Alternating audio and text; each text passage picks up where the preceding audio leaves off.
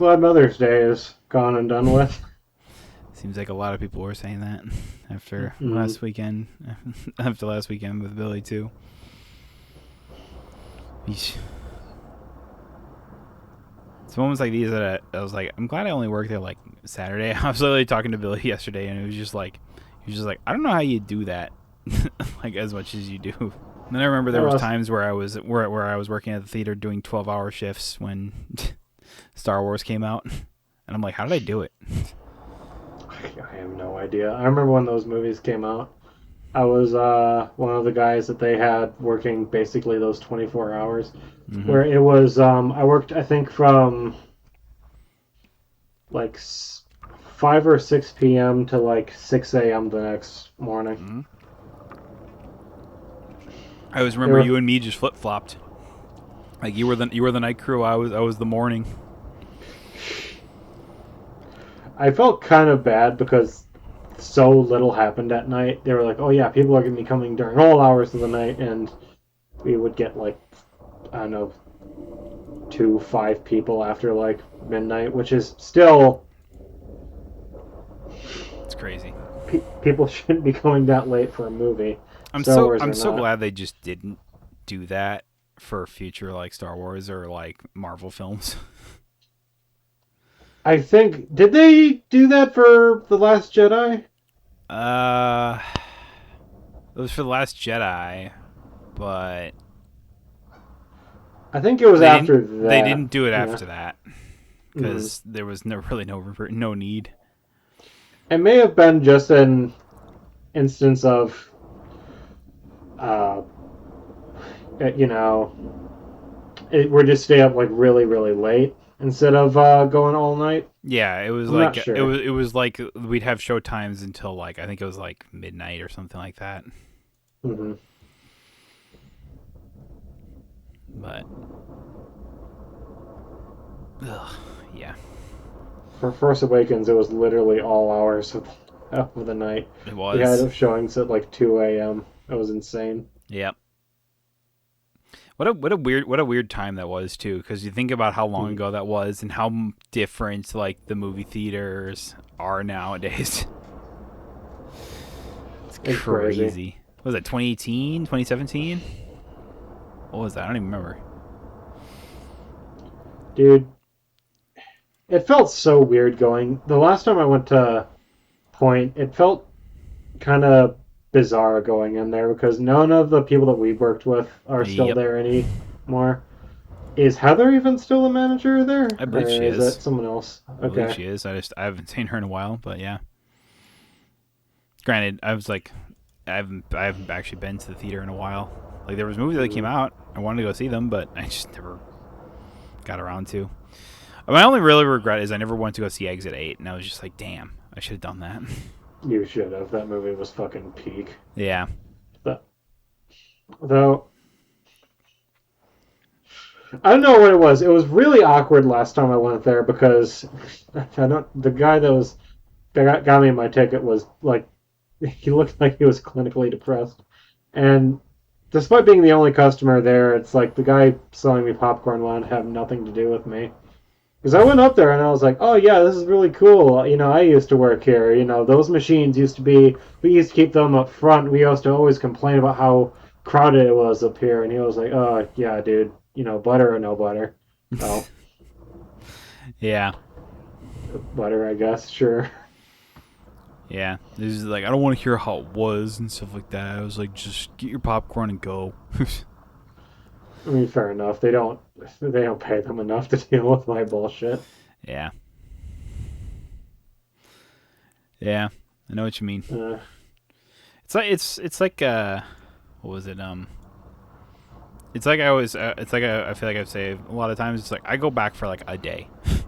Just, like if I could go back to like working with like all you guys for like a day basically and just mhm, remember what it was like, I'd probably do it. And then I go, yeah, this is why I'm not doing this anymore.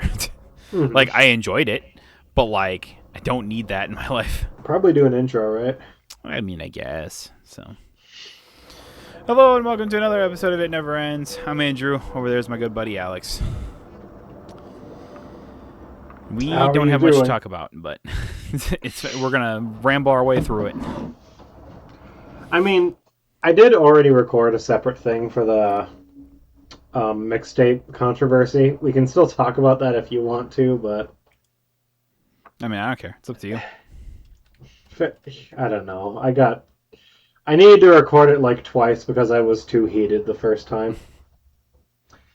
And I kind of don't want to just rant at you complaining about how gamers don't understand media literacy. No. It's so fucking stupid. Yeah. A cool thing that happened recently, which is coincidentally also a thing I'm not sure you'd care much about. The new tank got revealed for Marvel Rivals. Ooh, who is it? Godzilla. Actually? Like, basically, yes. I'll send you the trailer. The official name is Devil Dinosaur. But he has a fucking laser beam that he shoots out of his mouth. It's pretty rad. Ah, I see. I see why he's called Godzilla now. hmm That's what I've been calling him anyway. You and probably many others, I'd have to imagine. I shockingly no. People have just been calling him like Clifford or Ah, Jeff because he's red. he's literally just a little T-Rex, huh?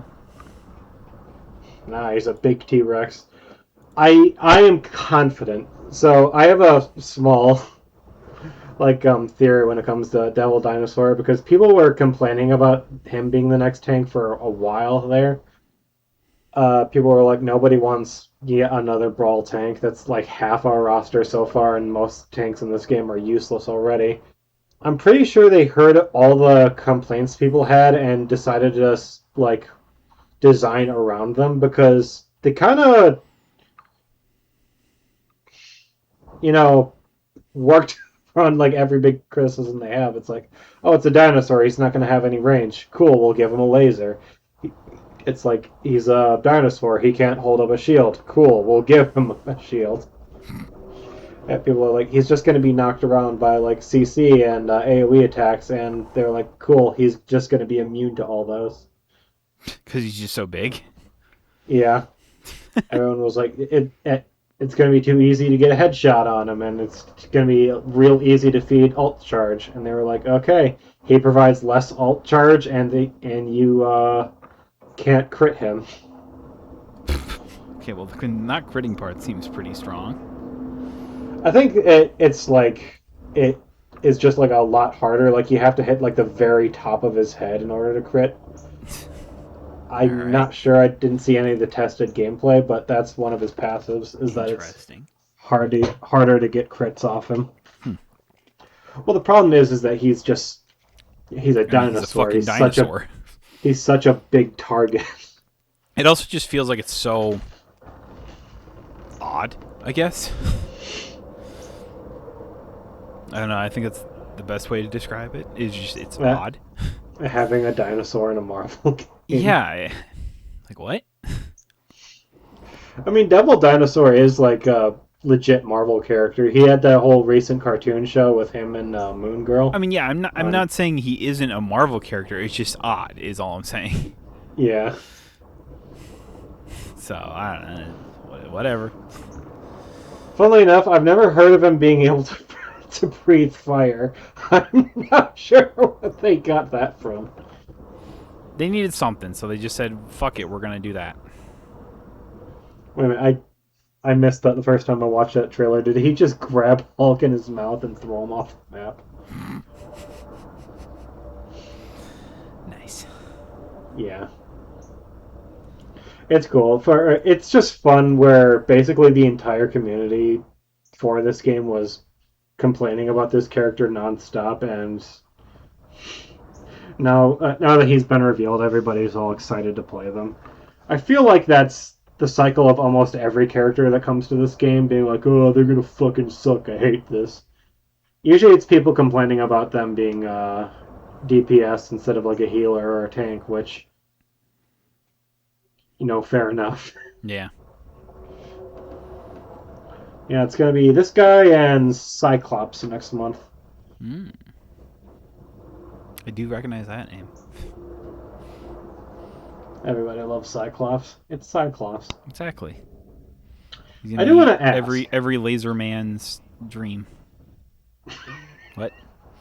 I don't know what I just said there, honestly. I don't know I don't know either. either. Trust me, I have no fucking clue. Words came out of my mouth and something was said.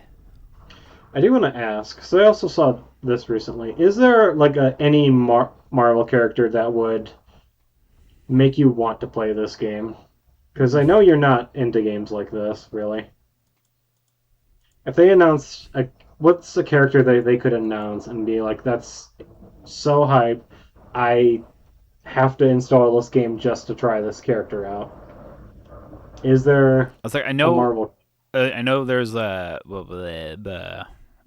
Spider-Man's already in the game. But what if they put in Spider-Man Hmm. 2099 and then they just make him like his kit like slightly different, like he's more like vampire style.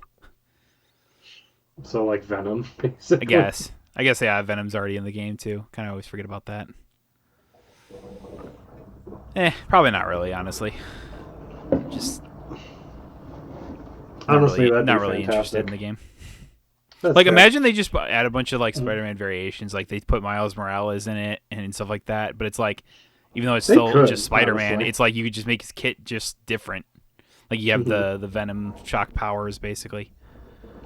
He could be a really good support hero now that I think about it, because he can turn like invisible and shit, right? Yeah, and you can like be invisible and stuff like that. I think that'd be interesting. Did you hear they made his like official comic book name Swing now? Are we ready to have that conversation? Wait, what? Miles Morales, apparently, His like name is his Swing? because they decided retroactively, well, we just can't have him called Spider-Man since we call every other Spider-Man something The different. Ultimate Spider-Man is not a good enough nickname? Is he the Ultimate Spider-Man? I thought that's what always was his I, nickname. It was I, Ultimate Spider-Man. Am I I'm crazy pretty, to think that? I'm pretty sure that was someone else. Ultimate Spider-Man refers to the animated series. I thought they always called like Miles like the Ultimate Spider-Man or something like that, but maybe I'm crazy to think that. So that wasn't that like what his comic was based off of, or I'm not sure. I don't think so. I feel like I'm going crazy.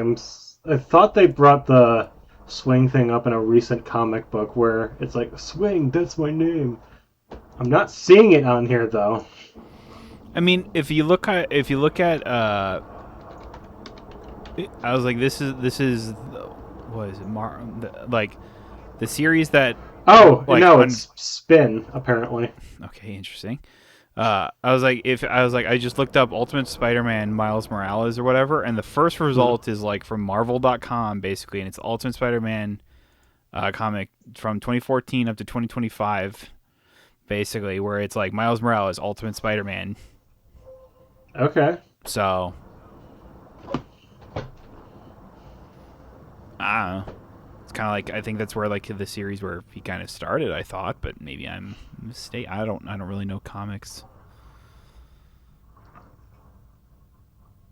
because I know they've had like the there was like a was it a Disney show or whatever where they had like a Spider-Man show. Yeah. So it was a show called Spider-Man and His Amazing Friends. It was a kid Disney Junior TV show, Mm-hmm. and then eventually in one of the a comic book called The Radioactive Spider-Man. The second one, they also refer to Miles Morales as Spin, I guess. Weird.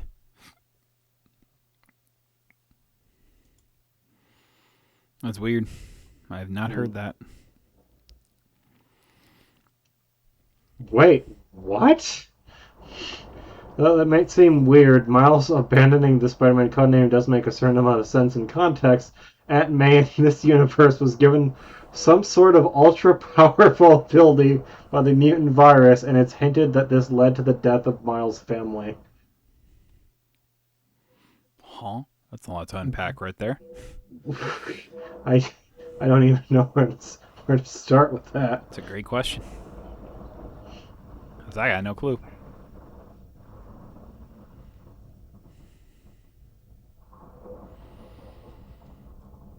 I also never.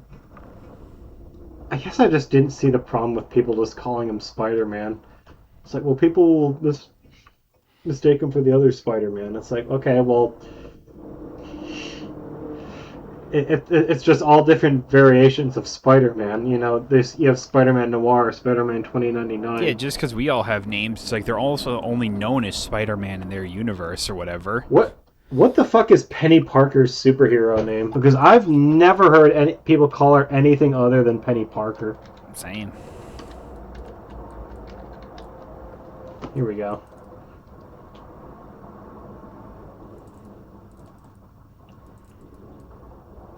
So this call her the name of her mech, which is Spider. Hmm. Interesting. Okay. Because I guess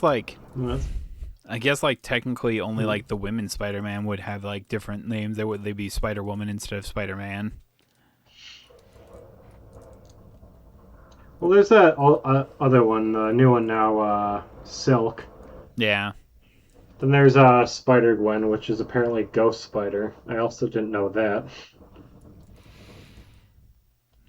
It's interesting. I've not. I was like, I don't know. I guess I go too much off of the Into the Spider Verse when it comes to that. It was like because they like Did they call him the Ultimate Spider-Man in Spider-Verse? I believe so. When? I think like Peter B says it like one time or something like that. Something like that. I don't know.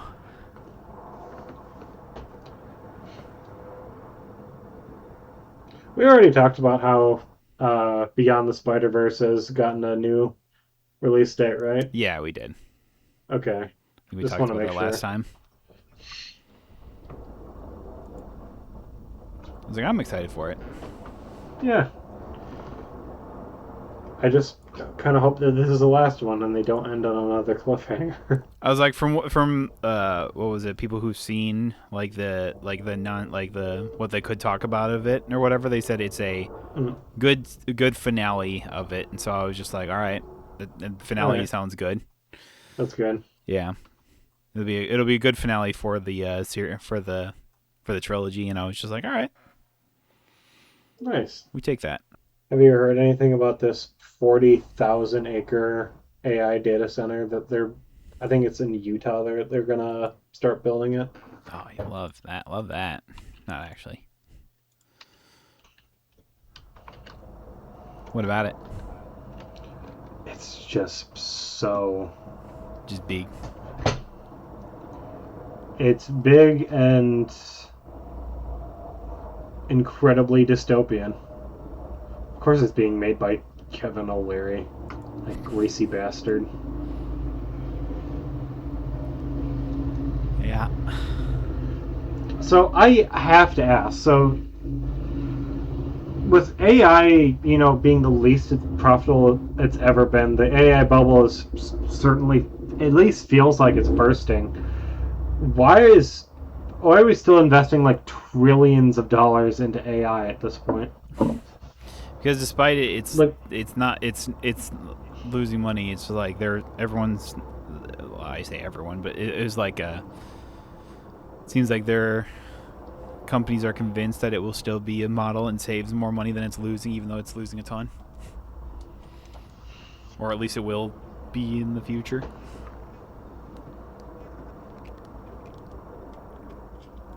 Seems pretty silly to me. I just don't get it. The fact that all of this is being,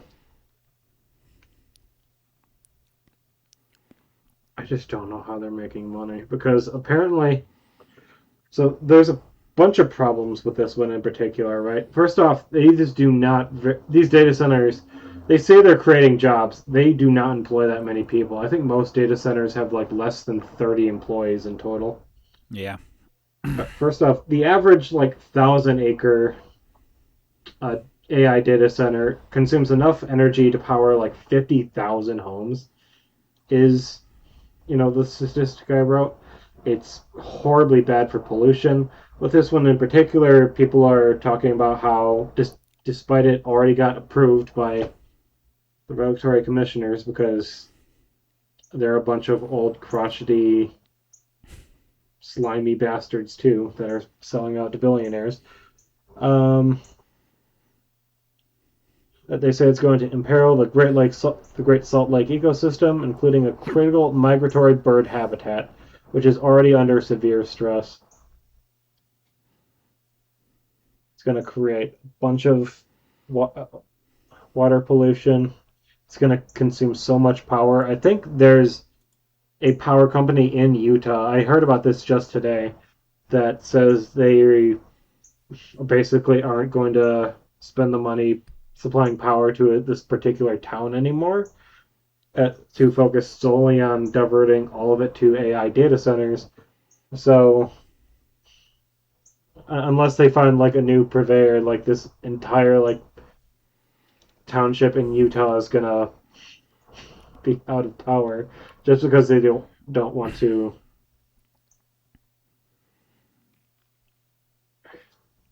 The Crazy. electrical costs too, especially for just these regular people, are going to go through the freaking roof. I just do not see how these AI data centers make it worth it for the severe detriment to human life, basically. Yeah.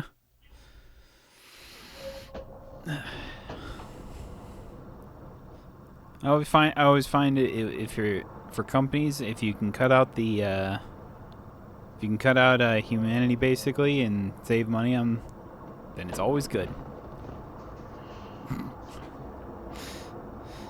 More profit for the billionaires. What profit? Like, we talked about this just last week about how an AI basically deleted an entire company without their permission. What profit is there in AI right now? You can't copyright anything that AI creates. Basically, these AI agents are fucking up left, right, and center. The consumer is continuously, refusing to buy products that are associated with AI. What giant profit margin are they chasing that they're still investing trillions and trillions of dollars into this stuff? The one where their company doesn't have actually people in it and it's all run on the back of AI and then they don't have to pay any employees so it's all profit. The delusion that is that. I swear, we're going to head so hard into the what is going to be one of the biggest economic crashes in history, basically, because so many companies are going to do this, where they're going to employ like more and more AI and start taking more and more people out of their jobs. Then they're going to start making and providing products that nobody's going to be able to pay for. I love dystopia.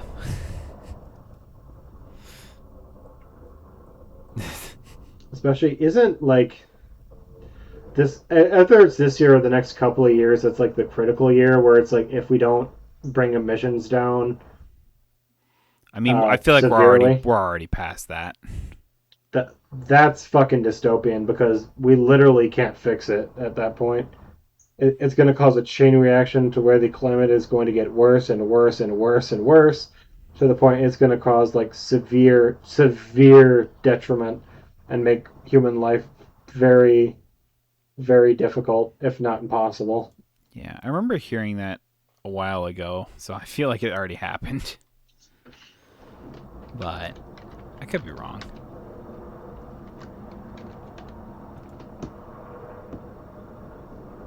Oh, Who cares? I'll never live to see it. fucking boomers, dude.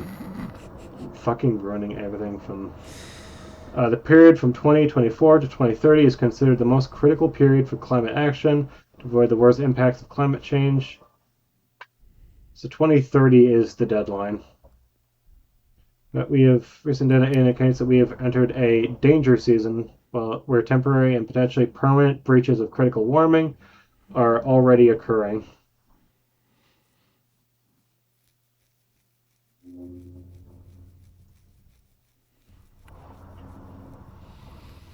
Yep.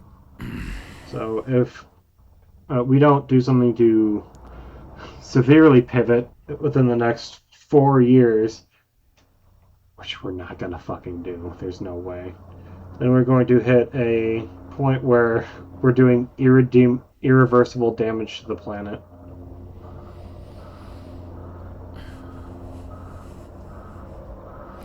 And we'll just go to fucking Pandora and You live have there. no idea. For You have no idea how scared I am that the humans are they're gonna end up winning that, and it's gonna be like, oh, it's metaphorical for the Americans chasing out the Indians. It's like, okay, we'll have the Indians win this time.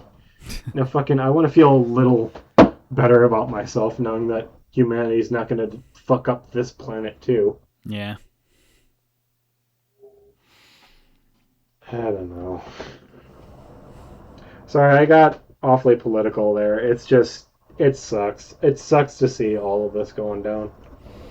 Yeah. I mean, it's always like it's like I think we've kind of discussed this before, but how far do we have to go before all of a sudden we're just living real life Wally? Honestly, Wally would be the preferred thing that happens because at least Yeah, everybody. but imagine without actually having Wally though. Like we're all just like we all go fly off into a Walmart ship basically, and then we're just like hovering around on these little pads, laying down and getting fat. Because the world is fucked up. Yep, because the world is so polluted and so bad that humanity just or life just can't exist on that planet anymore. I feel like we're gonna head towards like a 1984 like dystopian singularity, and then just like a decade later, it's all going to be gone. It's like, oh yeah, we have so little breathable air anymore. All that's gonna go to whatever billionaires still exist by then. Then they're gonna try really really hard to fix it, and since it's already too late, uh, everyone just dies and the world becomes uninhabitable. Well, isn't like the big fear is that like you're gonna have like safe drinking water? Like Yes, isn't that like people legitimately think there will be like World War III will actually start again like fighting over water? I'm not sure if that's going to be what that's going to be the start of World War Three. Maybe like World War Four. Yeah. Yeah, no, having a these massive data centers that are draining lakes and polluting people's water supplies is not helping in the slightest. That the new virus that they keep talking about on the news and stuff like that, and I'm just like, oh Oh, great, oh yeah, the hantavirus. yep, man, what is it, 2019 all over again? There are people saying, "Oh, it's not going to be as bad as COVID." People are having flashbacks, and it's not going to be as bad or like that last time. Which I mean, that's what I don't believe it. everyone said. It was like, oh, COVID, it's this thing, it'll go away in no time and stuff like that, and it did not. It'll be done in 2 weeks. And the fact that didn't the U.S. pull out of like the World Health Organization or something like that? Yeah, Trump took office, and then that happened. Well, I guess Because he they're already was in idiots. office, yeah. So it was like, Hmm. yeah. So it was like that, and yeah, that whole fucking thing. I remember that.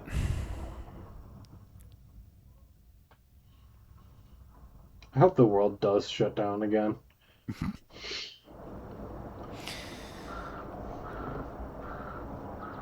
It's just like, everyone's got to work from home again, stuff like that. I'm like, huh. It's almost like Sure. Yeah. I'm okay with that.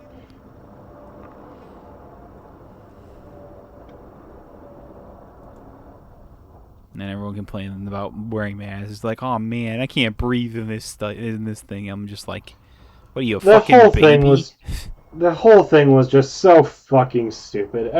So, We don't need to go over it again, I but know it's dumb. my God. I hate how stupid people are nowadays. It's so frustrating because you can't argue with any of them.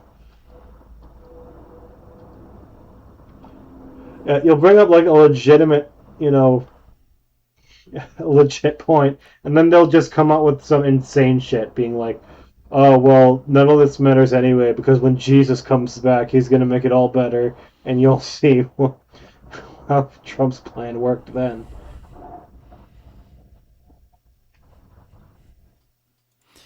Yeah, it's kind of crazy how it's like, religion and politics don't always work out. It's on. Can't help but feel like I've heard that before. I know it works out real well for the fucking Trump administration. That's what they build their entire platform on. Yeah, but the funny thing is the idea of separation of church and state, because the idea that like, oh, religion and politics shouldn't mix, and then Mm. years later it never happened.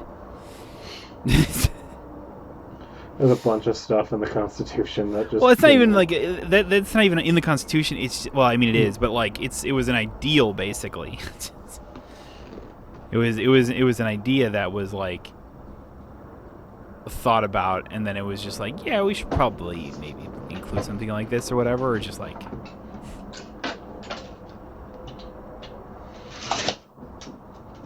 nah. We're getting to that time. Fuck, that didn't fix anything. God damn it. Speaking of Jesus, Remember when the U.S. said they were going to remain neutral in foreign conflicts? yeah, that was a good joke. Good times, yeah. Imagine if we actually stuck to that. Maybe half the country would still have health insurance. This is a video games podcast. Indeed, Wait. which we're totally talking about video games, not actually, but Mm, Oh man, there wasn't much for gaming news this week. That's why we're kind of just off the cuff, yeah. random thoughts. I don't really want to talk about the TCG player stuff because that's just way too new. It also just And feels like it's just like it's happening to a couple people. I'm not sure. It doesn't. I'm not sure if it's like a widespread thing, so I really don't want to comment on it. Yeah, pretty much. If you're buying stuff off TCG Player right now, just double check the price before you hit submit, because there had some like crazy price spikes as Mm. of right now. I don't know if that's a glitch in their system or something like that, or If it's like a specific seller that's causing all this. yeah, it's not really known whether or not Mm. what it is. So just leave it at that. We can talk about the mixtape stuff quick. It's this whole thing has been so fucking stupid. So as somebody that doesn't like IGN and often disagrees with with many of their reviews, has been put in a position where I have to defend them, and I hate that. I hate that so much. So I've mentioned it over and over and over on this podcast. I've been very excited for this game called Mixtape. It's a game made by the same people that made The Artful Escape of Johnson Vendetti, which is one of my favorite games of the year it came out. It is a shorter, simplistic, story focused game. Story games like that are my shit, though. I'm obsessed with games like that. I love games like Dear Esther. I really like games like Flock. Um, a, re- a recent one named Florence. Florence isn't recent. That game's 6 years old, but all good. Um, so Mixtape came out. I already beat it, and I loved it. It was everything I wanted it to be, and more. It's exactly what I expected it to be, which is exactly what they advertised it to be. And a bunch of people are super butthurt about this game now, in particular, because it's the first game that IGN gave a 10 out of 10 to this year. Now, I understand. There are other. Did IGN review Slay the Spire 2 yet? Do they do early access games? Because technically it's early access. Yeah, that's why I'm curious.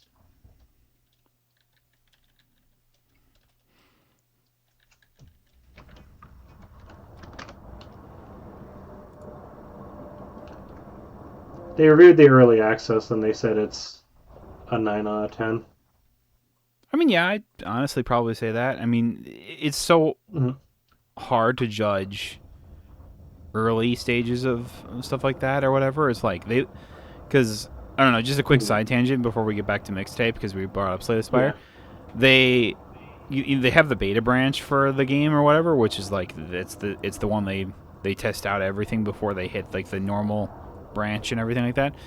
And the Mhm. most recent one, they removed the Doormaker, which is an Act 3 boss that everyone Mm. didn't like, citing that Slay the Spire Megacrit basically put it as the fight was so mechanically complicated, like much more than they were originally intending to. So they were just like, we're just going to replace him and maybe rework him for the future times, and they replaced him with a different one that I have not yet fought.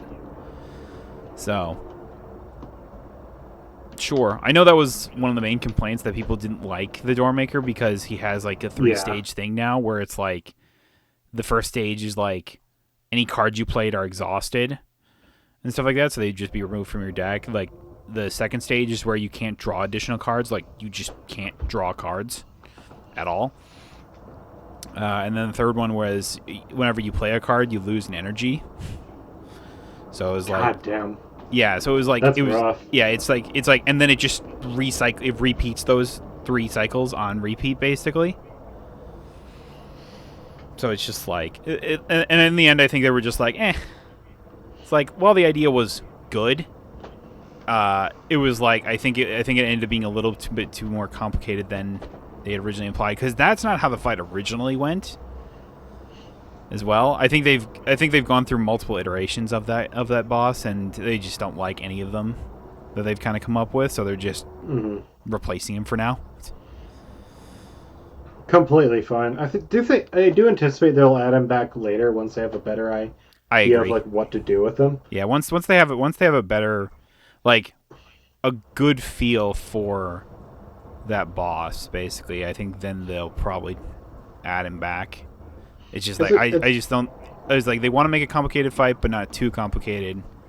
And mm, I know that was one of the main complaints that a lot of people had on one of their most recent ones as well, where they were talking, or it was because like people were just like because then they originally changed the door maker to this that current one I was talking about, and like everyone's just like, I fucking hate him. He's the worst boss in the game, and I'll kind of agree. He is the worst boss in the game. He's the one that's the most difficult to fight, but he's also the most challenging. But it's like it's not a bad thing. It just means that you just don't want to fight that guy. I understand that. I don't know. That was that was their latest review bombing, and now he's not in the game right now, so it's interesting. So yeah, it's like it just goes to further the point that it's just like reviewing early access games. It's like especially like it's like how the Spire is doing it. It's like they're changing a lot of stuff very early, so it's always hard to do. mm. Anyway, we can continue with Mixtape though. I mean, here's the thing. I get if you don't agree with IGN's reviews. I do think on a lot of them they on a lot of them they can hit pretty hard. Mm-hmm. A bunch of people because we're also bringing up Crimson Desert again. People are like, "How's this game getting a fucking 10 out of 10?" And Crimson Desert got a 6, and it's like, okay, newsflash, dipshit. They're not. They're like, well, they give Elden Ring a 10. So people are saying this game is as good as Elden Ring.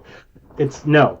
The way video game criticism works, the way any criticism works, is you take what that thing is and judge it by how good it is in its general category.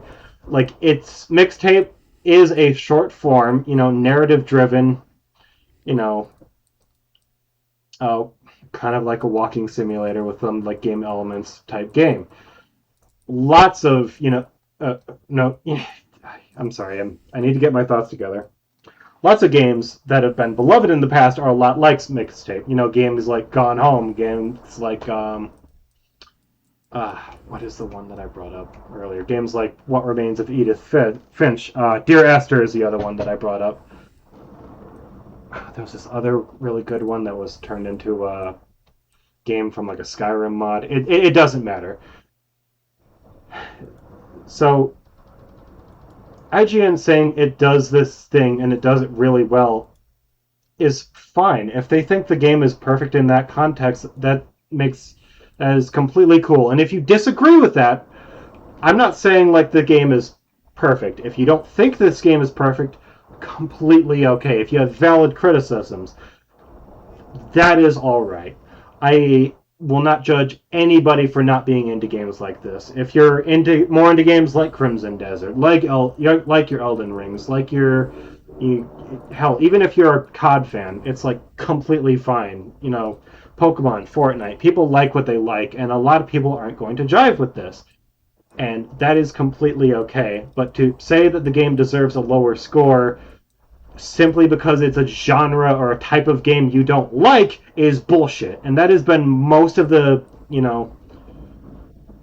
criticism surrounding Mixtape right now. People are intentionally leaving bad reviews on games on sites like Metacritic, and it was a big thing even on Steam where people were just leaving, reviews on the Steam page being like, this, I'm giving this game a negative review because I think the score is too high. Like, I'm sorry, who does that? It's not their fault that this game was rated as highly as it is. It's not. A bunch of people were saying fucking paid reviews. It's like, sure, whatever the fuck you say, brother. Whatever, believe whatever you want to believe. Whatever your brain used to tell you to be okay with this, it's fine. Even the top review on Steam right now, it's labeled as the most helpful review. By the way, starts by saying a blatant astro turfing slop disguised as a game. 1.4 hours on record, so he never finished it. A lot of the games, negative reviews, haven't finished it. So these are all people that purchased this game, by the way, for the sole purpose of leaving a negative review for it. Yeah. That is fucking absurd to me. I'm sorry. This is just so frustrating because imagine being somebody that worked so hard, pouring your heart and soul into a game like this, just being met with shit like this. It's so fucking depressing, dude. And again, if you have valid criticisms against Mixtape, if you don't think you'll like this game, perfectly okay. If you don't, just because it's a 10 out of 10 doesn't mean you need to buy it or play it. No one's demanding that you go out and do that. The thing, especially when it comes to reviewing of a game, basically comes down to is like, how to put this? It's that you're not stacking it up against like every other, game out there, pretty much, right?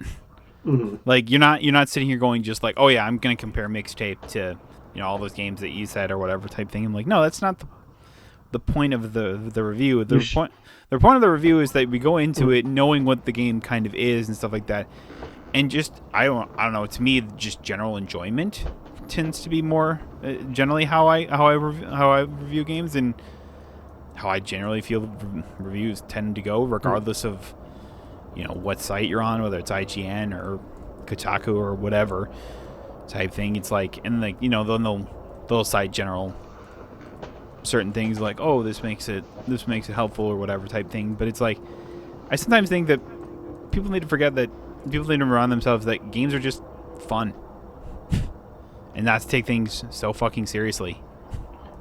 And the whole comparison thing that you brought up, it's like, imagine seeing a review for like Slay the Spire 2 and being like, yeah, it's good, but does it have the big, great open world like Elden Ring does? No. Checkmate. It's a 7 out of 10. It's like, doesn't that sound stupid? Yeah, don't you think?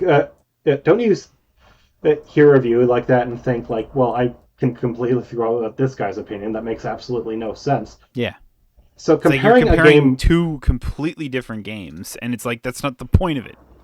It'd be like playing Final Fantasy VII and complaining that it's not a first-person shooter. It's like, what are you even doing here? It's like if I had to compare Call of Duty to Final Fantasy VII, Call of Duty's way better. So Final Fantasy VII gets like a 6. Mm-hmm. It's like, what? Huh? And I just saw so many posts like that, being like, "I can't believe they put this on the same ring as Elden Ring," which is like, how do you even quantify something like that? It's, great question.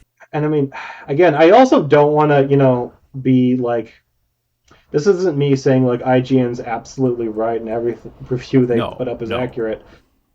It's like another one of my favorite games of the year, like Mouse PI for Hire. This is another one that people were, dogging on them for. It's like, well, they gave Mouse PI for Hire a 6 out of 10, and like this got a 10 out of 10. It's like, yeah, I didn't agree with that review.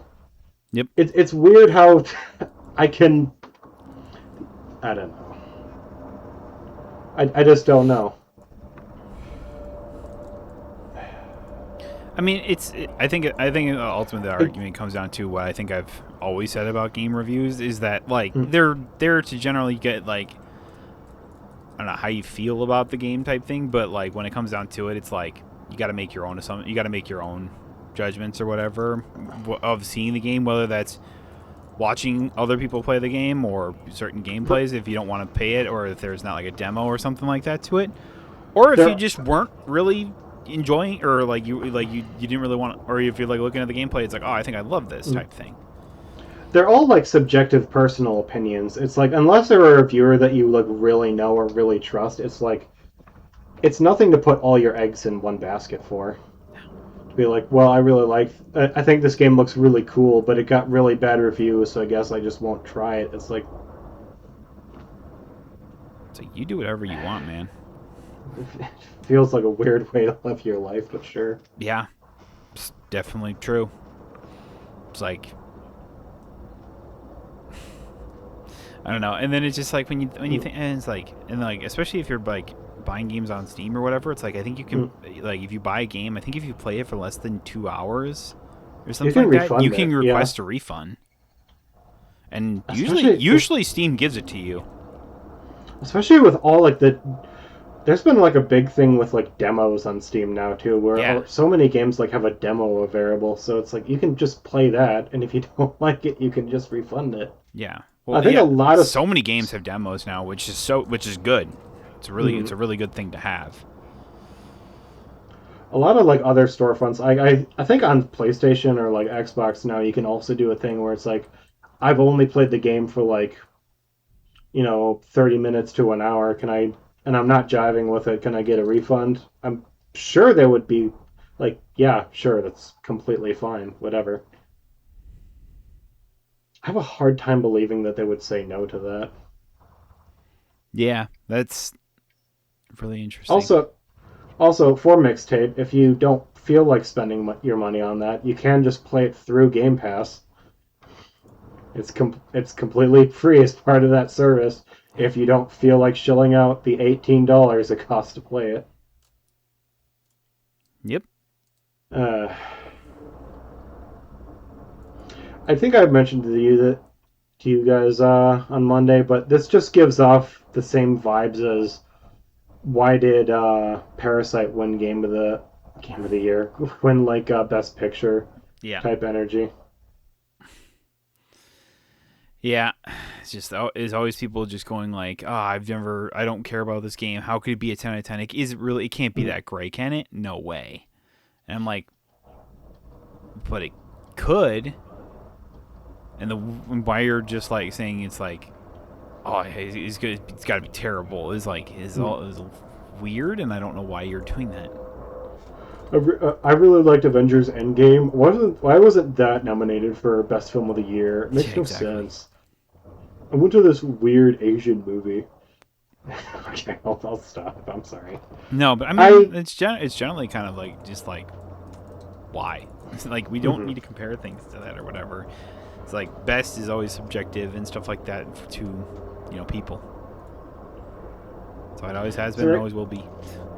it's the reason I had to record that segment twice. It's like I'm heated. It's like I get because there's a lot of people that don't like the kind of artsy fartsy games that Oh indie yeah, games that I'm into. It's a in very there's a reason it's a niche genre but it's like I like it. Games You that know? tell a story that's more than just like, that leave lasting impacts on you. It's like, Mm. for whatever reason, people just don't seem to like or vibe or jive with. I don't really understand, but it's like, Just leave my shitty. Just let me have my shitty art games and leave me alone, man. I ain't bothering nobody. exactly.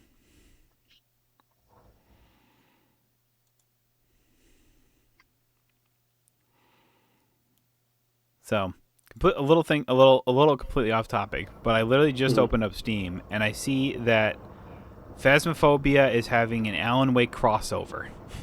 I thought that was a PlayStation exclusive thing. Can it be played on Steam? I mean, I see it on here. It says Phasmophobia by Alan Wake, version like 17.1 or whatever. So it's just like, I think it's out. Oh my god, I need to play that then. I God, was that is so hype. I was Yeah. very I was just like, I opened up Steam and I was like, what the hell is this? Phasmophobia by Alan Wake, a writer, story, mystery, uncover the secrets of a dark place. One-time limited event that brings Alan Wake 2 into Phasmophobia. Unlock cosmetics, solve riddles of the dark place, and much more. I'll have to see if I can get Evan in on this. Would you be down for a round of Phasmophobia sometime? Probably. Yeah, just a little get together so we can try the Alan Wake event if it's still Yeah. going on. I just saw that and I was just like, oh, that's interesting.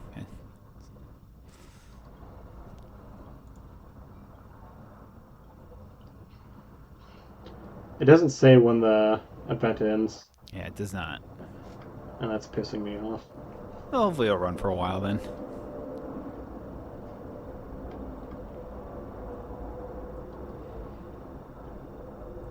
I don't see why I wouldn't.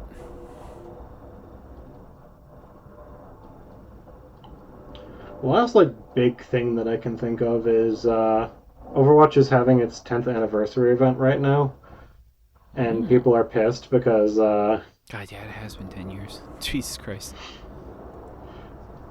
the rewards they're giving out aren't very good. It's like they're giving out a bunch of skin recolors and like a loot box, I think. Mm. That's basically all they're doing. Hmm. And the big complaint is, well, if you're playing in China, you're getting like 10 free mythics, all this other extra shit. The context I think a lot of people are missing is that the game was like basically unplayable in China for like almost 2 years, I think. Yeah, that sounds about right.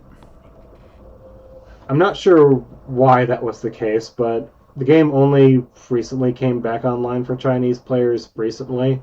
So this is their but Blizzard's way of kind of catching everybody up, getting them all like the mythic prisms that they weren't able to earn recently. Okay. Something I do want to say, they're also giving them the ability to go back and access previous battle passes. I hope they bring that to the full game. I think that'd be a really great I kind of don't feel like there's not never a reason not to, right? you're just kind of leaving money on the table is the thing. Yeah. So hopefully this is them like testing the waters for that type of thing, just being able to go back and play previous battle passes. I think they could do the way that Marvel Rivals does it right now, where as long as you purchase the premium battle pass itself, you can go back and gain access to it whenever, and progress towards it whenever you'd like. Okay. Whereas I don't think Halo Infinite has battle passes anymore, and I have no idea how fucking Fortnite does their shit. Fortnite is It's an enigma. Nobody really knows how it works anymore. I don't even know what kind of game Fortnite is anymore. It's like you can play soccer with cars and there's racing, and then now there's all this shit with like godly powers and avatar magic, and it's like what the fuck even is this anymore? This is what I'm saying. It's an enigma. It's like it's an everything all in one. No one knows what it is, and no one can tell me what it is other than it's Fortnite. And I'm like, what the fuck does that even mean anymore? I'm doing a Fortnite, guys. Look at me. Look at me Fortniting! Yay!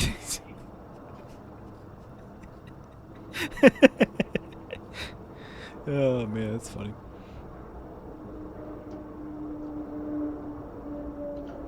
I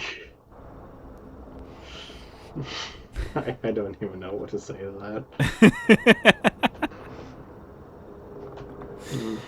Just say, yep, I totally understand what Fortnite is, huh? Yeah. I'm guessing you didn't watch the Mortal Kombat movie, or did you? I did not. Okay. Kind of also forgot that was a thing.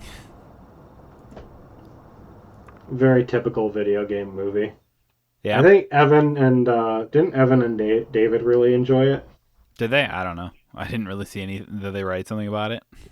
I'm not sure, honestly. No, they did not. Well, whatever. I'm sure it was fine. It was okay. It's a video game movie. Those are usually only so good. Yeah. Worse than Sonic the Hedgehog. Still pretty good though. Dude, Sonic 3 is going to be like the best for a while, I feel like, when it comes to video game movies. That movie was just so good. Until Sonic 4 comes out. That's Did true. you watch the trailer for Street Fighter they put out? They put out a new Street Fighter trailer? I think so. Or is it just the old Street Fighter trailer? It might be. I think I may have seen this. It's a lot. I feel like this is going to be very similar to the Mortal Kombat movie. It's basically just a lot of action scenes stitched together with very little context, which, fair enough, they're based off fighting games. How much context do you really need? Yeah. It's like, yeah, Shao Lang or whatever his fucking name is trying to conquer the universe. He killed my father. Now we need to beat him in this competition. It's like, cool. That's all you need. Just give us cool fighting scenes. Which, granted, the combat scenes in the Mortal Kombat True movie were fucking peak. They were really, really fun.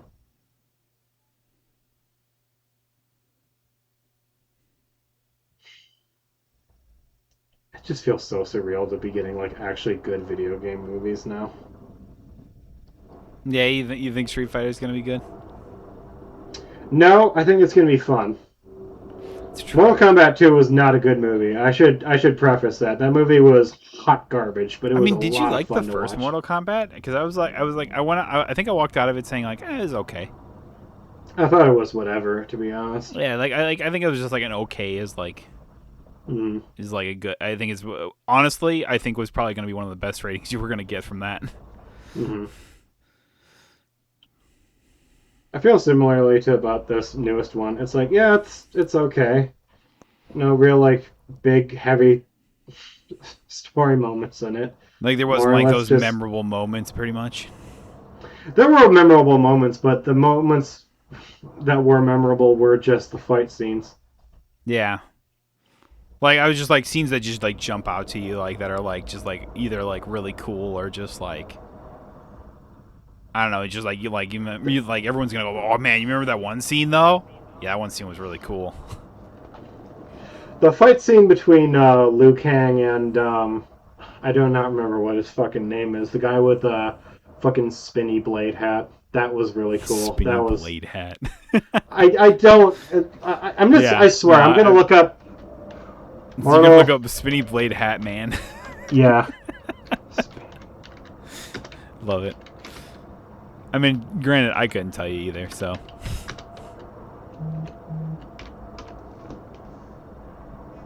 Kung Lao. It actually gave me the right answer.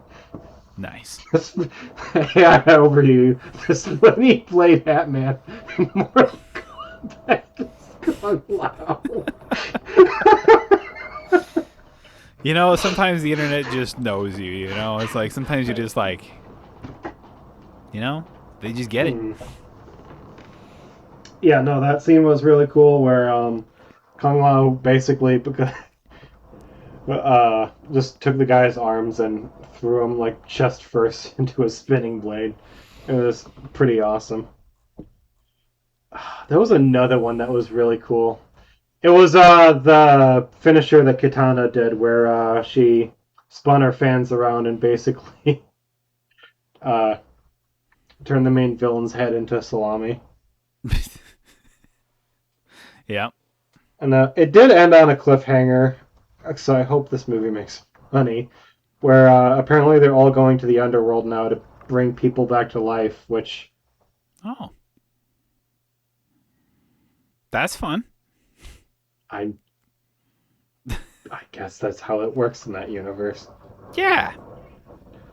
Just normal The, everyday things, right? yeah, the fight scene between Scorpion and his name in the games is Noob Saibot. That's not what they call him in the movie though, because I think I think they wanted a better name than that.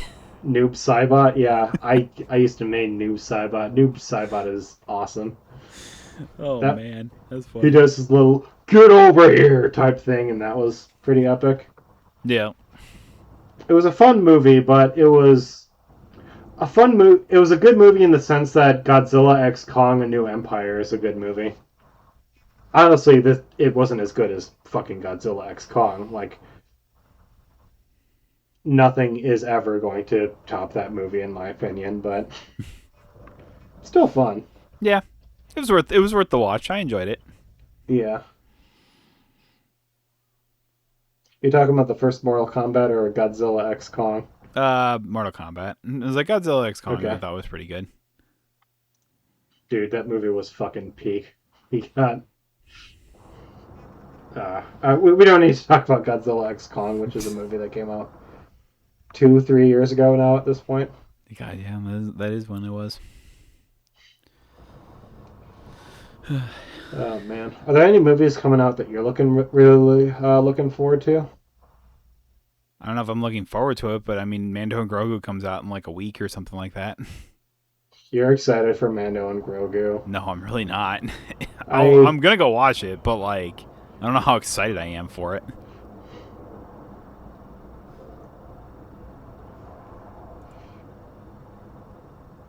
Are you looking forward to watching the Backrooms movie when that comes out? Yeah, I forgot that. I always keep We forgetting probably have that's a talked. thing. We keep. We kind of talked about this, and I was like, I think I Mhm. always kind of I was like, I always go with my movie I look forward to is still because it comes out fairly soon is Toy Story 5. That's right. I think that's like early mid June that It's like movie comes June, out. yeah.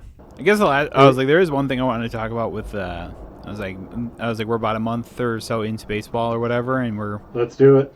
and stuff like that. And I find it interesting that there's that looking at the standings right now, every team in the NL Central currently is over 500. So that's Oh, 5 teams that have a winning record right now, and stuff like that. So it's like, and the funny thing is, how many teams in the entirety of the AL do you think have winning records right now? There are 15 teams in the American League. How many of them do you think have winning records as of was May 13th? five. Close, 4. You Damn. got the Tampa Bay Rays that are 28 and 13, the New York Yankees which are 27 and 9 and 17, Cleveland Guardians that are 24 and 21, and the Sacramento A's at 21 and 20. Those are the only teams with winning records. Everyone is either 500 or below or a losing record right now. It's crazy. That's pretty crazy. Yeah. This is the latest that any one division has had a team like teams that are all with winning records. And it's like I think there's multiple reasons for this. I mean, one, I think the National League is just that much better, the team in general. hmm I look at a lot of the AL teams, and a lot of them are kind of not great. And then there's another reason is because early part of the season you see a lot of interleague play, which is American League teams playing National League teams, and the National League teams are just killing them. Is really what it comes down to. It's like now we're starting Yeah. getting into more of like National League teams versus National League, American League versus American League, and stuff like that. So it'll start rounding out a bit more. You know, this season's been interesting for a lot of reasons or whatever. Yeah. But I was like, we had like our first full month of the ABS system, and it's been going pretty well for the most part. It's like teams are adjusting to it pretty well or whatever. And then there's some umpires that are refusing to give challenges to teams, even though they definitely tap within the 2-second margin or whatever that you have between pitches. It's like, I remember talking about that. yeah, That's crazy.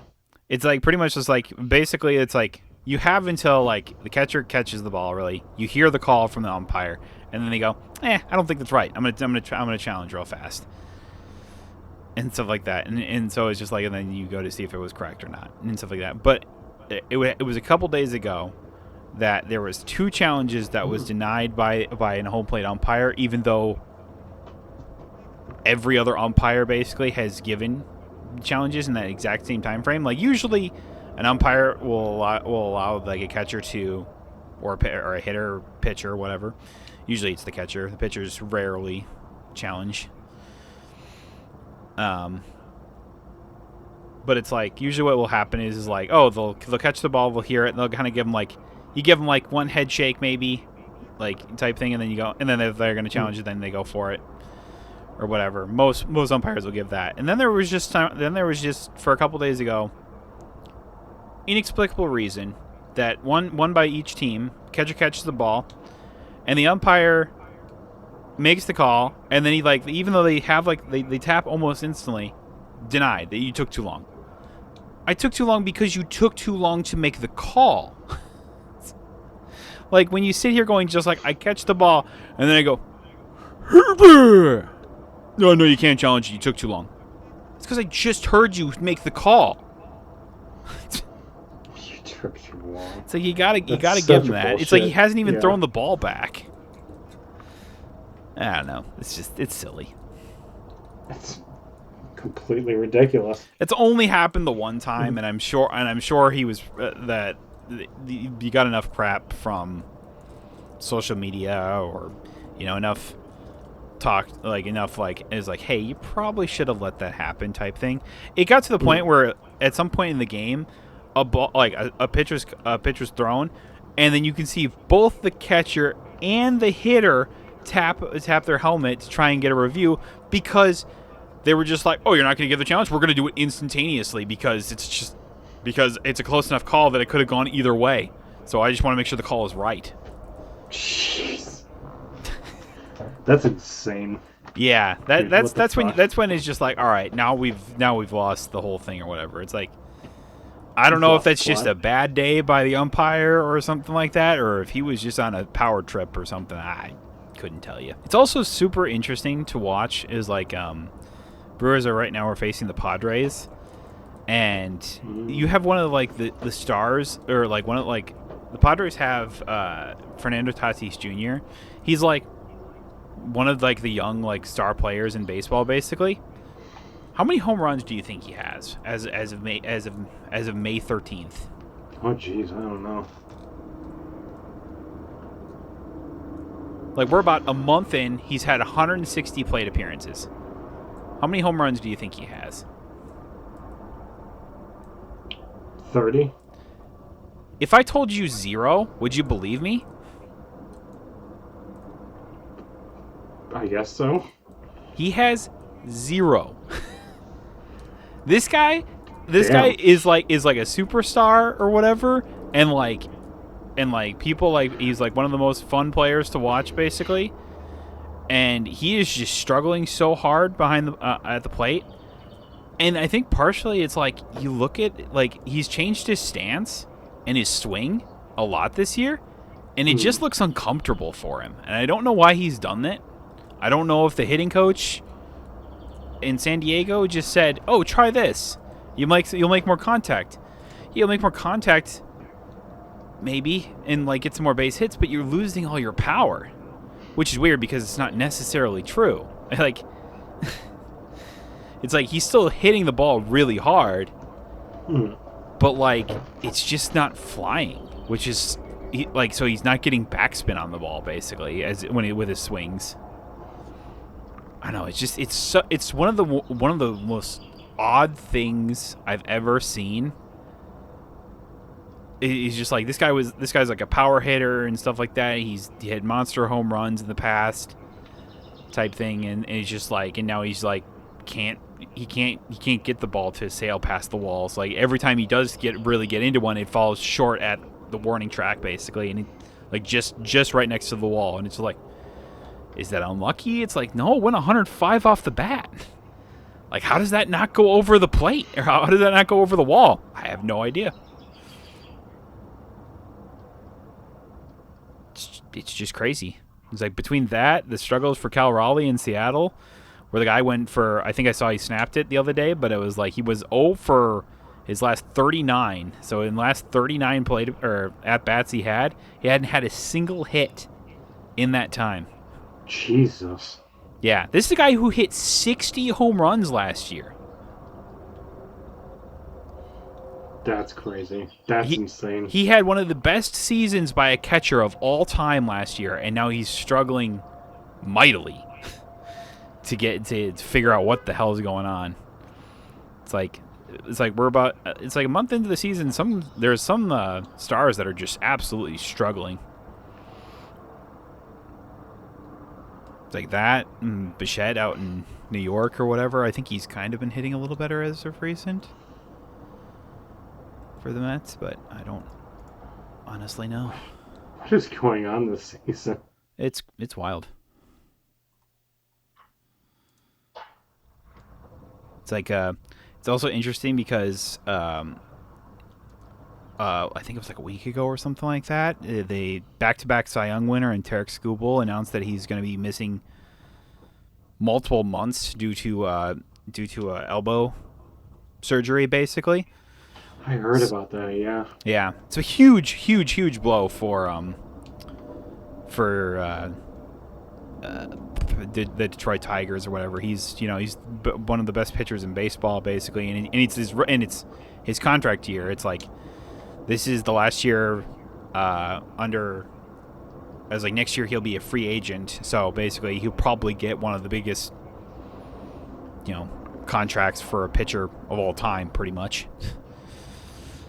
Next season, stuff like that. Probably not going to be a Tiger, if I had to guess. So it's just like, it's just kind of wild. It's like, oh, so now the AL Cy Young's kind of opened up a little bit. Ohtani can't hit the ball apparently anymore. He's lost the ability to really, like, this guy. I mean, it's like Shohei Ohtani, basically the name of baseball nowadays or whatever. It's like he has a sub-1 ERA and stuff like that as a pitcher, but as a hitter, his OPS has fallen to the lowest it's ever been in his career, which is I think just above 7. Although I think he did hit a home run yesterday, so that might have changed it a little bit, but not that much. Still, that's crazy to me. Oh, he's 2 for 2. 2 for 2 as well. Or no, that's probable pitchers. Never mind. Oh, Ohtani's pitching today. Yeah, and it's to the point that Ohtani was he was a two-way player, so he would hit and pitch. Basically, I mean, he's still that, but he no longer hits on days that he pitches because it's like it's just too tiring for him. Basically, it's like you could see it like just wearing on his body and just exhaustion levels and stuff like that. And I was like, and it was something I said to my brother. I was like, how much longer before the Dodgers say, Ohtani, we just need you to either hit or pitch, one of the two, and hitting's probably going to be better for you. Wouldn't pitching be better for him? Because you're a starting pitcher, you'd only pitch every 5 days, or if you're the Dodgers, once every 6 days. I think if I'm the Dodgers, I'd rather have his bat that hits like, what is it? Like, it's just a ridiculous amount of home runs, basically. Why can't I find his batting stats? Why is it only showing me that? on his batting stats from last year. Yeah, it's like he's hit 50 home runs in 2024 and 2025, basically. God damn. So I'm just like, I would much rather have his bat than his pitcher than his arm. It's like I'm convinced right now with this is like that Ohtani doesn't really care about the hitting this year. He just wants to win a Cy Young, pretty much. He wants to win the National League Cy Young. So that way, when he does transition to just hitting next season, basically, that he will. I was like that he'll basically have won every award possible. I don't know. That was my thought. I thought it was funny. May or may not be true, but I think it's going to come down to that at some point. I think this might be one of the last seasons we see him kind of do both.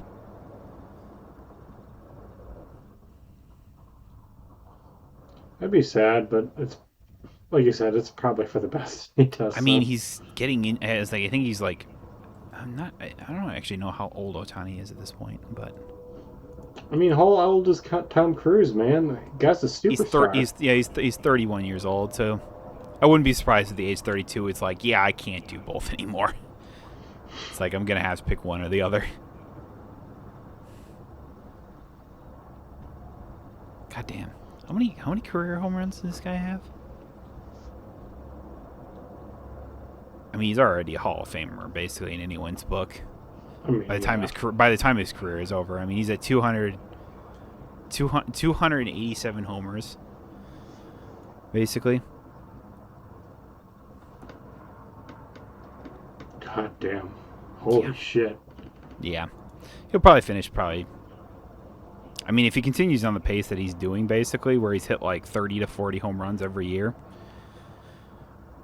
it's like, assuming he plays for another,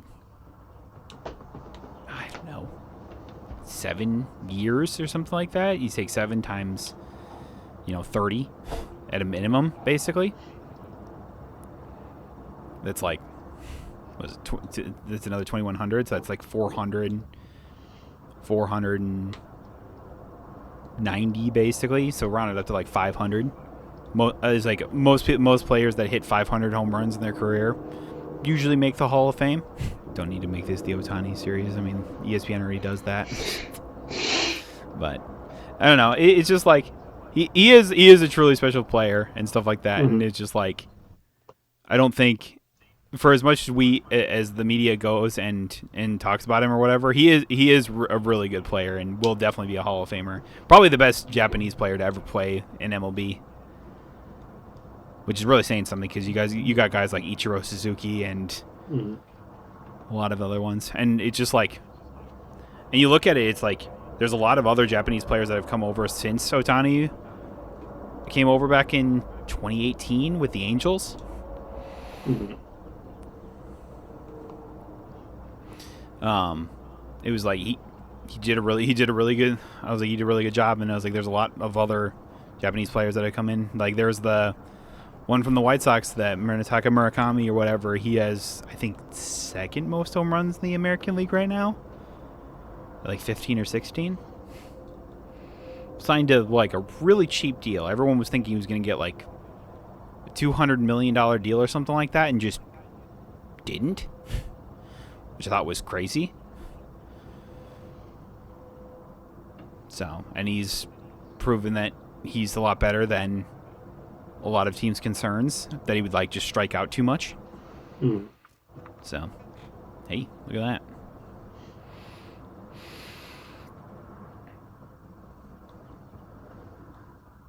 that. And the rookie class this year has been insane.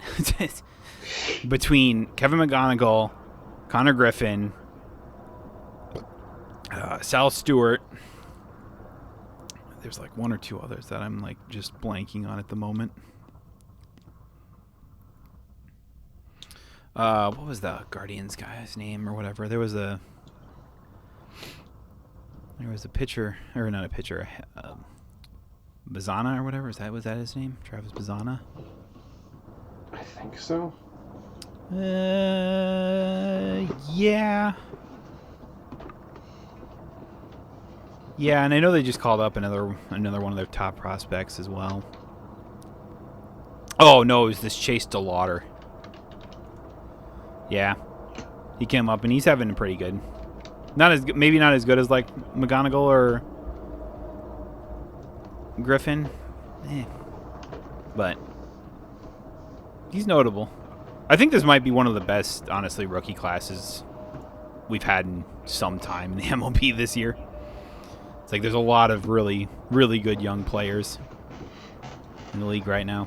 I don't know. That's really all I got for baseball talk. I could talk about how the Mets are in the garbage dump, but you know they've already been there. Although it looks like they're trending upwards. They're 6-4 in their last 10 games. Oh, look at that! Not bad.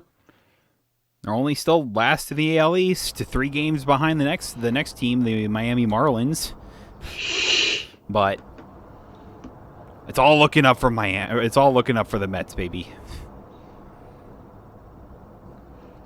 Love it. Love to see it. Good for the Mets. Let's go Mets, baby!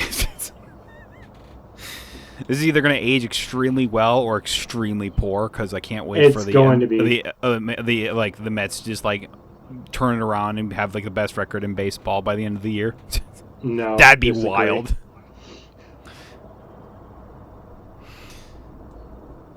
But hey, anything's possible. This is going to age like fine wine. Fine wine, indeed.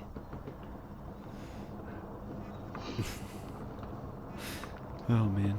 Man, the White Sox are up to 20 wins. You know, this is I think the earliest in the last like 3 seasons that they've gotten up to 20 wins. I think I last saw it was like last year their 20th win came at like I think it was June 8th I saw, and now it's May 12th. I've heard a lot about the White Sox this season. Seems like they're doing pretty good. I think they're exceeding their expectations. Mm. Because I don't feel like their expectations were too high. But between that Munetaka Murakami I was talking about earlier, and a couple of their other younger players that have played a lot better, it's like they got Miguel Vargas, Colson Montgomery. I know is their big shortstop that came up last year and did pretty well. Mydroth's been doing better, and their pitching has been better as of recent. Probably still won't do anything when it comes to the playoffs, but I think they're trending in the right direction. Unlike the Astros that are trending in the wrong direction. The Astros have probably the best offense in baseball, yet some of the worst pitching in baseball.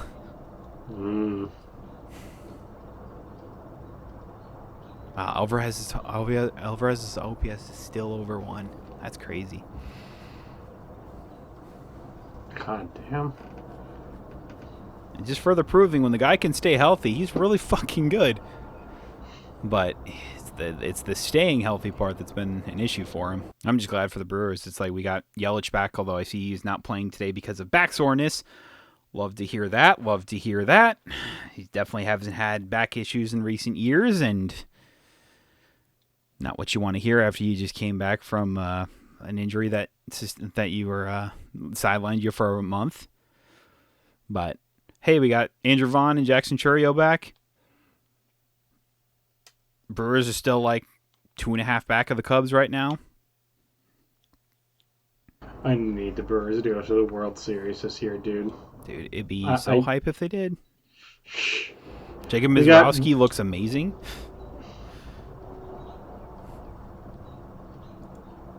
We got too close last year. I need it to happen this year. Oh man, if you thought last year was too close, the 2018 fucking run was I think more magical than like last year's season was magical, but like that 2018 year, oh dude, I was so convinced they were gonna win it all. I was so convinced that team was so good. It's like then they made the midseason trade for one of my favorite players that was a non-Brewer player, and then he became a Brewer player, and Mike Moustakas. Oh, I was over the moon.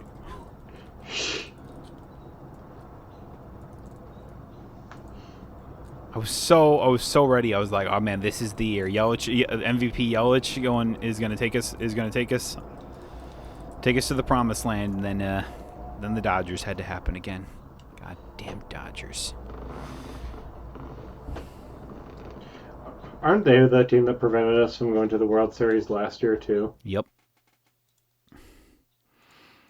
I was like, it's the this is not the first time. And back in 2018, the Dodgers beat us in 7 games or whatever, and then last year the Brewers hitting just forgot how to hit. Like, they got swept in 4 games, and I don't know what happened to the hitting. I really have no clue. Because, like, it's just like, it was just like they were facing, like, a Little League team up there. It was crazy. Did they just, like, waste all of, like, their efforts? Like, did they put too much energy into trying to beat the Cubs? Getting to that point? Yeah. Yeah, like, because they were up 2-0, and then they lost 2 straight, and then they had to come back to American Family Field. They won Game 5. But then it just, like, it felt like it was just, like, did they run out of gas? Like, what happened? I don't know. I really have no clue. It's fucking depressing, dude. It's so sad. Yeah.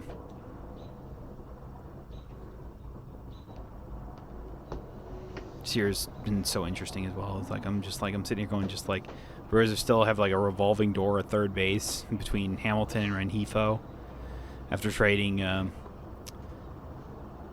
Caleb Durbin. I'm still sad about that, but I understood. We got Kyle Harrison back, and then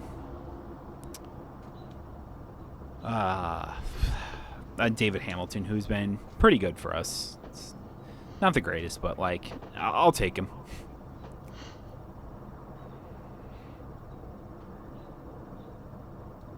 All I know is that Durbin's not been good for the Boston, which is crazy because I thought he was going to be super good for Boston, because you got the Green Monster out there and I was about to say Wrigley Field. That's not what that is. It's not Wrigley Field. It's Fenway. In Fenway Park, you got that giant green wall out in left field or whatever. It's also super short. So what oftentimes happens is guys will end up hitting the ball off of the Green Monster. And it's like an easy double. I thought Durbin was going to do that a lot. I don't think it's happened very much this year, which is crazy. I'm going to be real. My hopes aren't high for him at all. No, I don't think there was either. And I think that, but so when the Red Sox came in, it's like, oh yeah, we'll give you Kyle Harrison and David Hamilton, and we'll take, Andrew Monasterio and Caleb Durbin from you. And I was just like, and the Brewers are just like, well, Durbin didn't really fit in our plan for the future and stuff like that. So it's like, we'll take that. Why? Yeah. Because Kyle Harrison's been really good. And it's like, I was like, just because Miz is pitching in today's game against the Padres, which I see the Brewers are actually up 1-0, which is pretty freaking cool. I was like, Miz has been so fucking good. Guy pitched probably his best game I've seen him pitch in his big league career so far against the Yankees over the weekend. It was like he went 6 scoreless or whatever. I think it was 6. Yeah, it was like six scoreless innings, and he just, like, the guy was throwing 103, dotting it on the corners. Like, Jesus Christ! God damn! Holy shit! like, what do you do right there? I also found it funny. I was like, that Sunday game or whatever was the Mother's Day game. Mm-hmm. So it was the final game between the Brewers and the Yankees or whatever. And I want to point out, we're going to go back in time. 2006. There was a second baseman for the Brewers. His name was Bill Hall. He was one of the first players to use a pink bat on Mother's Day, because a lot of players didn't like the idea of changing their bat, aka they were just too fucking pussy to use pink bats because it's not manly at the time and stuff like that. But in 2006, with the game tied in the bottom of the 9th, Bill Hall hit a walk-off home run and stuff like that. He's played second base, and his main number was number 2. Flash forward 20 years later, Bryce Terang playing second base, wearing number 2 on his back, with a pink bat, hits a walk-off home run against the Yankees. Like, come on. Oh. Like, what are the odds, man? What are the fucking odds?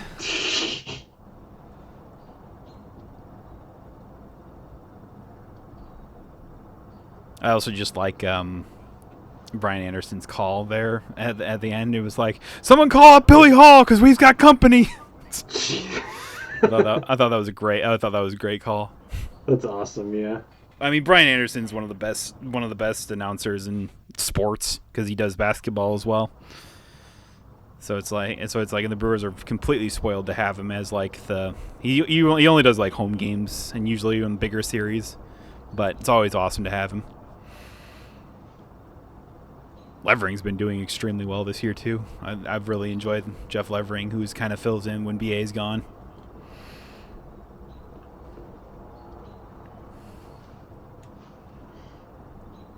It's hard not to be romantic about baseball, man.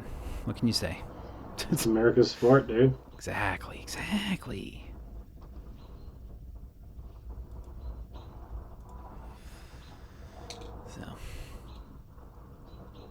I guess that concludes baseball talk. That's really all I wanted to say.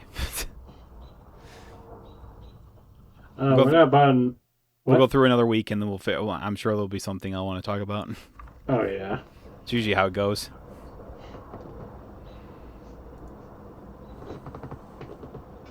We're about an hour and a half in. You wanna end things here? Yeah, we can call it there. So, thank y'all so much for watching and or listening to this podcast. We kind of just rambled today because we didn't have a whole lot of concentrated talk about. That's why we went about several different avenues in this podcast. And if you're here still with us, boy, we appreciate it.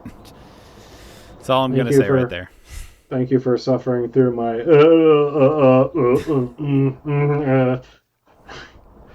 today. Yeah. Well, it's It's trying okay. to sort through the anger. So, We appreciate anybody and everybody that's listening. If you're listening to us on Spotify or Apple Podcasts, be sure to leave us a good little rating. It always helps us out. If you're watching us on or listening to us on YouTube, be sure to leave a comment. We always like hearing from y'all. Hopefully we'll see y'all next week. yeah. Until then, bye-bye.